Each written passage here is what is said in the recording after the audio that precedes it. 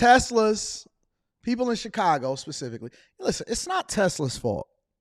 Before I even get into this part of Quick Hits, it's not Tesla's fault. All right? It's not EV's fault that the people over in Chicago are having problems with their bricked out electric cars. It's not their fault. I don't know if the people in Chicago is just a little bit slower than the rest of the United States of America, but we're going to get there. People are having problems with their Tesla vehicles over in Chicago. Take a look. Some Tesla drivers learned the hard way about how cold weather impacts their battery life. This was the scene this morning at a charging station near 95th and Western in Evergreen Park. Drivers say some of the stations weren't working, and those that were taking a lot longer to charge. I've been here for over 5 hours at this point, and I'm still have not got to charge my car. Charge it should take 45 minutes. It's taken 2 hours. That driver says he saw at least 10 cars towed. Tesla advises owners to keep the charge level above 20% during bitter cold weather. Now, some people are having charging problems with their electric vehicles, specifically their Teslas. Number one, it's the charging stations, meaning that it's an infrastructure problem mainly. But then there are some people that get to the charging station and it's not an infrastructure problem, but it's a battery problem. Okay, so let me update you guys and give you some information, because with new technology, it's like getting a new iPhone. You might have to learn it all over again if you come over from an Android, or if you're going from an iPhone to an Android, you might have to learn it all over again. This is what happens, especially in cold weather. If you've ever driven an electric vehicle before, you have to precondition the battery, right? You have to precondition the battery. It's just like a regular battery, but it's huge and it goes inside of a car. Right? If you don't precondition the battery, then you're going to have problems charging, because the battery basically have to warm itself up. You don't want to go all the way to zero and then get over into a charger that is not working because you didn't pull it up and then blame it on the infrastructure. It's not how it works, all right? What I will say is that for people, until you get a larger infrastructure and more stability, as far as us building it out, because it's newer technology. It's like when you first started building gas stations, but they moved over from horses. And electric vehicles is not for everybody. It's not for everybody. I think that they're more or less for regular, everyday people that live in regular communities. Until the technology continues to advance, which it will, it's not for everybody. But I will say this, though. For me, I personally would not. How does batteries not work in extreme cold weather and I drive my Porsche every day? It'd be -1 here. I drive my electric Porsche all the time. I drove it today. Never had a problem. I get over 300 miles on a charge on my electric Porsche and I don't have one problem whatsoever. I've never had one problem with my Porsche. But anyways, if you don't live in a place where you can go home and charge your vehicle, that's one of the biggest benefits. The biggest benefits of having an electric vehicle is that I never have to go over to a gas station. I never have to go. So if you live in an apartment building or you live in a place where you got to go and charge all the time, then it may not be convenient and you have to make the evaluation based off of your lifestyle. Okay? You may have to make the evaluation based off of your lifestyle. So the biggest thing that I will say is that you guys need to educate yourself on what you're buying before you buy it, and then align it with your lifestyle. Don't just dive into it. You may not be the electric vehicle type. How's my Porsche brand new and I've had it for over 2 years? I got my Porsche, 2023? Late 2020. My Porsche is a 2021 model. I bought it in September of 2020. What are y'all talking about? How's my Porsche brand new? I've almost had my Porsche for almost 3 years now. It'll be 3 years in September.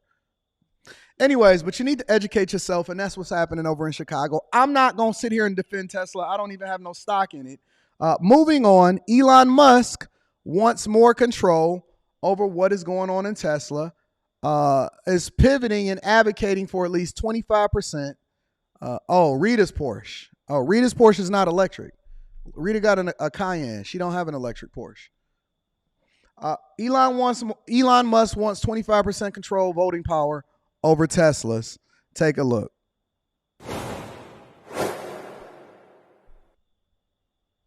Tesla CEO Elon Musk wants more control. That's possible of the EV maker. Musk says he wants about 25% voting control over the company. He currently owns around 13% of Tesla, which is about 411 million shares. Who's counting? That's the company's last financial filing was in the third quarter of 2023. Musk wrote on X, in his words, "I am uncomfortable growing Tesla to be a leader in AI and robotics without having 25% voting control. Enough to be influential, but not so much that I can't be overturned. Unless that is the case, I would prefer to build products outside of Tesla." Interesting. Musk's post stood at odds with remarks that he previously made, suggesting that Tesla is already an important AI and robotics company. It's an interesting one because, if the company's already an AI company, I'm sure there's going to be shareholders who are going to say, look, I thought you were already going down this road. Now you're saying you're going to take, and then the question is, are they going to, people are going to claim he's trying to take IP from this and that. And yeah, it gets in studying very complicated quickly. If everyone we're going to talk to from Qualcomm to Palo Alto, and honestly, if I read about molecular biology, every acronym, I know everything, I understand everything. When I'm reading about Palo Alto or Qualcomm, it takes me a while. Yeah. So essentially what's happening is that Elon Musk wants, it's not just 25% voting power, because he is technically considered the largest single shareholder of Tesla, which is making him one of the richest men in the world.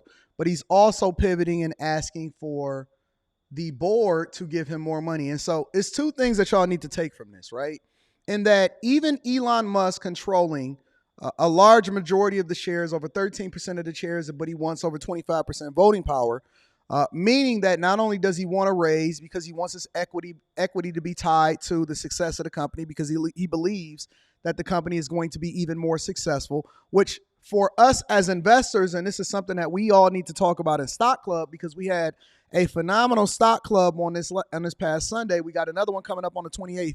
If you're not a part of the Patreon, you need to join the Patreon and watch the previous Stock Club before we go into it on the 28th, because we had a great session this past weekend when we did a live stream. The live stream is now available for y'all to go ahead and restream it, because I uploaded it again for you guys to be able to tap into it. But I'm looking at this more of a vote of confidence for the company itself from a shareholder perspective, A. And then B, I'm also looking at it from the perspective of you guys understand that every publicly traded company has a board. The board is what decides what happens from the CEO. A lot of people say, well, you're not the owner. Who is the owner of these people, right? It's the shareholders who are the owners and decide what happens within a company. Very few companies that even have a name or the founder of that company has control over what happens with the company. That's why you've seen Steve Jobs get ousted from his own company when he founded Apple, because once he started selling shares, the majority of the shareholders then installed a board. The board then determines what happens within the company, including who gets hired as a CEO. So just because you're the CEO of the company does not mean that you are the owner of the company. And this is the misconception within the community, within the culture, and what we're not teaching. Ownership does not necessarily come with becoming CEO. Ownership comes with becoming a shareholder. The majority of the shareholders then determine who's on the board. The board then determines what happens with the company, who's going to run the company. Okay? So it's a couple different things that y'all want to take from this. And even Elon Musk has to petition the board and the shareholders to ultimately give him more power and control. It's only a few different companies that maintain power as far as voting power within a company. One of them is Ford Motor Company. Ford Motor Company, their family, the Ford family, still controls at least 51% of the, or more than 50% of the voting shares. The voting shares is much different, but 51% of the voting shares to determine what is going to happen and who they can hire and who they can roll with as far as a company. So I want you guys to continue to educate yourself on how these companies are ran, especially private versus publicly traded companies, right? A publicly traded company is just a company that's listed on a stock exchange for you to be able to have an opportunity to invest in yourself, and you otherwise wouldn't have to. The Waltons from Walmart and Sam's Club, right? All right. So that's the second thing. Third thing that I want to go over in quick hits, ladies and gentlemen, is an OnlyFans model. An OnlyFans model. So this OnlyFans model, her name is Courtney Clenny, for over a year has been in the news. And one of the reasons that she's been in the news is because she was seen berating her late lover, Christian, and pummeling him. And friends say she repeatedly tried to get the couple, tried to get the couple help, and they're accusing her of stabbing him in April of 2022. But new footage and new videos has been released as it relates to this. Check it out. Now to the Courtney Clenny case, which is out of Miami. There's new video of an alleged attack on victim Christian Abumseli. The video was shot in Aspen, Colorado in 2022 and was released by the Haggard law firm, which represents the Abumseli family. Now, this attack happened just before Abumseli was stabbed to death on April 3rd, 2022. And we want to warn you, it can be a bit difficult to watch. I don't want to actually play the video because I want to protect the integrity of the platform. I don't want this to turn into an 18 and up thing. But if you want to go and watch the video, you can go in and search it out yourself. But basically, new footage has been released that basically unveiled that her online name was Courtney Taylor, okay? Her real name is Courtney Clenny. And she was filmed during a group trip to the Rocky Ski Mountain town during February 2022. In it, she screamed profanities at the boy. She called him a boy, and she called him a bitch while swinging her hand at his face and his upper body. He was a very large guy. He could have easily done damage if he wanted to, but he never fought back. Their mutual friend who was present on the trip, but asked not to be identified due to concerns about repercussions, told Fox News. They said that he always would just take the abuse from her, and literally the video shows everything. So she's walking around, allegedly in this video, beating up on him. Her hands wind up getting bruised and bloody.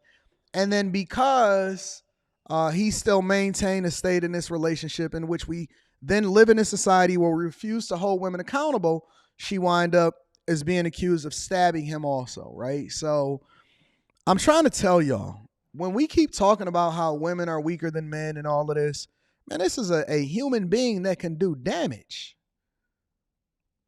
And she felt comfortable enough, and she continued to do it, feel comfortable enough to continue to put her hands on him, and she feels no kind of repercussions whatsoever, even though the guy is a large guy, even though he's much larger. Now he doesn't have a life, and he was stabbed because of this woman who identified herself as an OF model, was out here putting her hands on him and couldn't control her temper.